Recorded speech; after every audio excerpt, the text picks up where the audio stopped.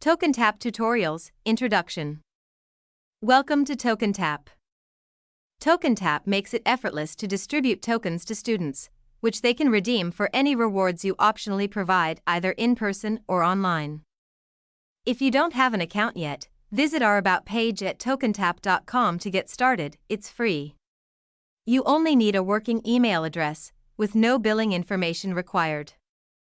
This introduction will quickly showcase TokenTap's key features, tailored for a typical learning center using administrators, tokens, students, and classes.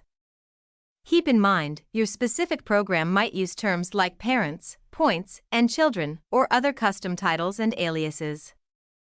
Let's get started. After signing in, TokenTap's main menu is displayed. Let's take a closer look at the key areas. Starting from the top left, you can access the reward program settings.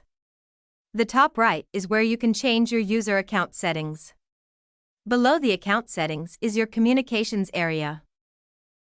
Next, in the students area, you can deposit or withdraw tokens, perform batch student operations, and more.